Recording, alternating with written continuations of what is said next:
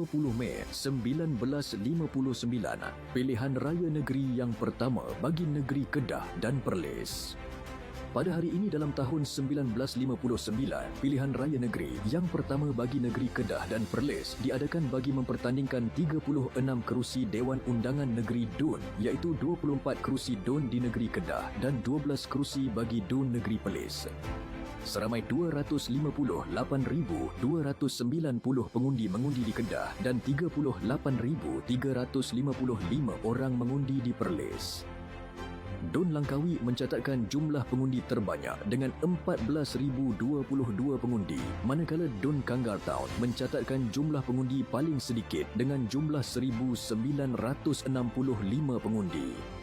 Parti Perikatan meletakkan calon di semua 36 kerusi yang ditandingi oleh calon-calon daripada Parti Islam Semalaya PAS, Parti Front Sosialis FS dan Parti Bebas.